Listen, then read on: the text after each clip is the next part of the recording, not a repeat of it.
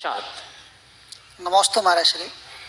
वैसे हमारे 24 तीर्थंकरों के 5 कल्याणक होते हैं, इसलिए हम पंच कल्याणक प्रतिष्ठा महोत्सव भी मनाते हैं, जिन भी हम प्रतिष्ठा करते हैं।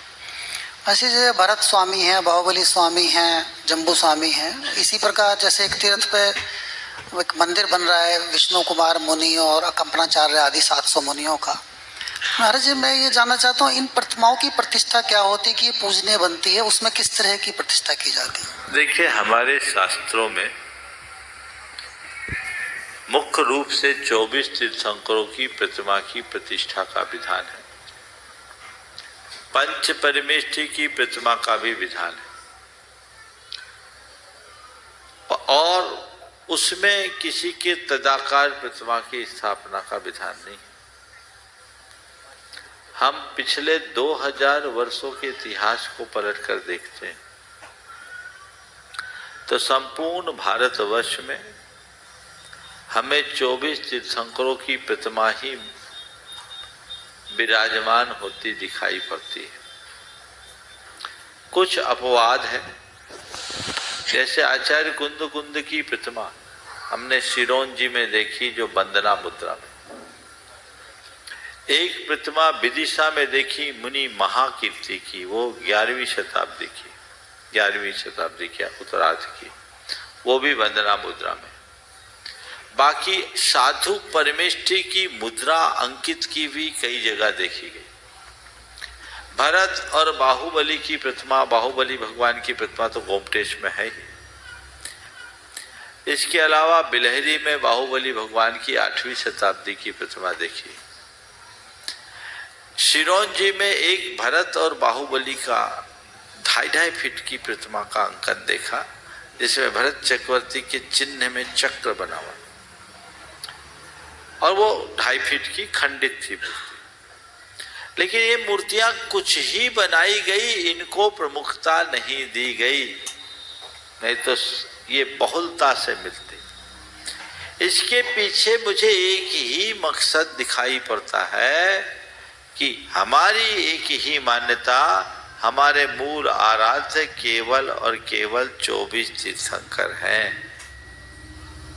हमने 24 तीर्थंकरों को ही अपना मूल आराध्य माना, बनाया, उनको पूजा और हमारे मंदिरों में हमने उन्हें ही स्थान दिया। इससे हमारी परंपरा बंधी रही। वर्तमान में अनेक प्रतिमाएं प्रतिष्ठापित की जाने लगी, यद्यपि वो सब बीतराग मुद्रा में, लेकिन मुझे इसमें एक खतरा दिखाई पड़ता है। खतरा ये कि आने वाली पीढ़ियां फिर सोचेगी हम किसकी प्रतिमा पूजें। मांगी तुंगी में हनुमान जी की प्रतिमा है, रामचंद्र जी की प्रतिमा भी है शायद, वो भी बहुत ज्यादा पुरानी नहीं है। ज्यादा पुराने पालीताना में भी भीम अर्जुन की खड़गासन पड़ती। तो ये सब है, लेकिन इनको बहुत प्रमुखता से नहीं बनाया गया। अगर ऐसी बनाई जाने लगेगी तो हमारी पीढ़ियां दिग्भ्रमित हो जाएगी। हम किनको पूजे,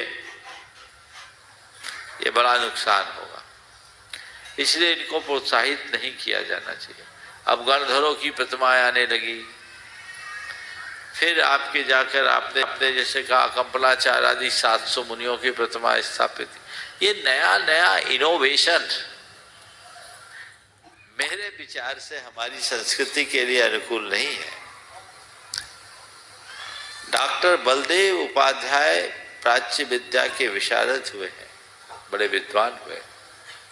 उनकी एक कृति है धर्म शास्त्रों का इतिहास, 5-6 भागों में, मैंने बहुत पहले पढ़ा था। उसमें उन्होंने एक बात कही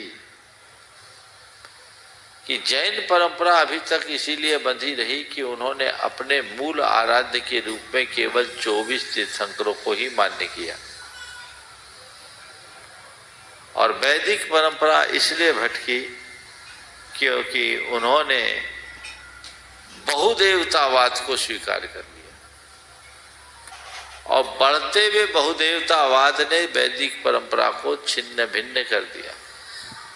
उसमें एक बात और लिखी कि इसी बहुदेवतावाद के बढ़ते प्रसार को, प्रभाव को से समाज को बचाने के लिए ही जैनियों ने एक काम किया कि तीर्थंकर प्रतिमा के नीचे यक्ष यक्षिणी की कल्पना करके उन्हें वंदना मुद्रा में अंकित करना शुरू कर दिया, ताकि लोगों को पता लग सके कि मनुष्य का स्थान देवताओं से भी ऊंचा है। इस आशय की बात उन्होंने वहां लिखी।